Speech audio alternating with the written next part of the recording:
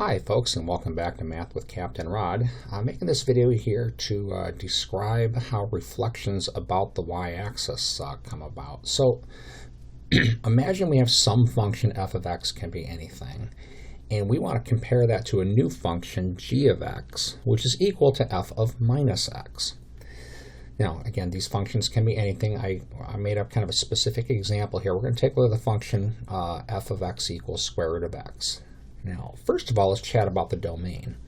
If you're going to take the square root of something in the real number system, it has to be positive. So the domain of this function is x has to be greater than or equal to 0. So this thing's not defined for x equals -1 or -3 and things like that. So if you go to plot points, then you shouldn't try to plot a point for x equals -3 or -2. We're going to start at x equals 0. And I'm going to leave it to an exercise to the viewer here to make sure that I filled this out correctly. But I just chose real easy values of x, 0, 1, 4, and 9 to square root, get the corresponding y values, and then I plotted them, which we have over here in black. All right. Now we're going to compare that to g of minus x. Or I'm sorry, g of x equals square root of minus x.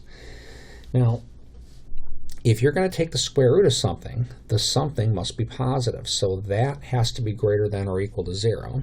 And if you solve that for x, x would have to be less than or equal to 0. Just, look at some numerical values to see what I mean about this. If you try to put x equals, say, plus 4 into this, you're going to get square root of -4, which is not defined in the real number system. If you put x equals -4 in for x, by the time you have this other negative sign, you end up with square root of +4, and that is defined. So this function is defined for values to the left of 0, and it's defined for 0 itself.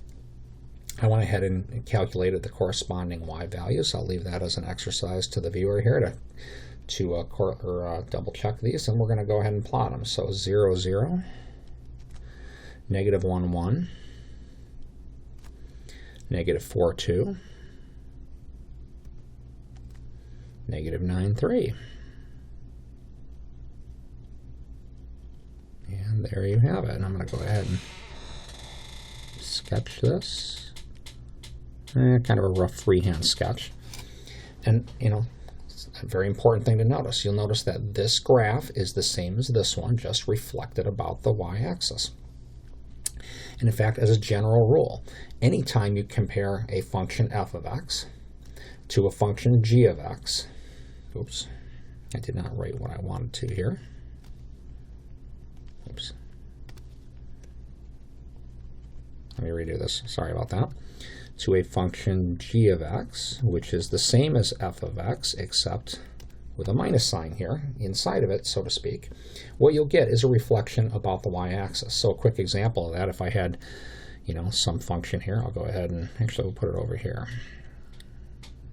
Here is some sort of function f of x. Then if I were to sketch a graph of f of minus x, that would be a reflection about the y-axis. That means this point goes to here.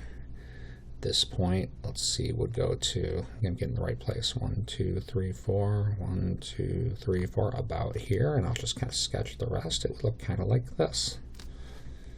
So that's the effect of this minus sign, and it doesn't matter if it was to the right getting reflected to the left or starting on the left getting reflected to the right. So this was just meant to be kind of an introductory video here on reflections about the y-axis. I hope that this has helped introduce this topic. Have a great day.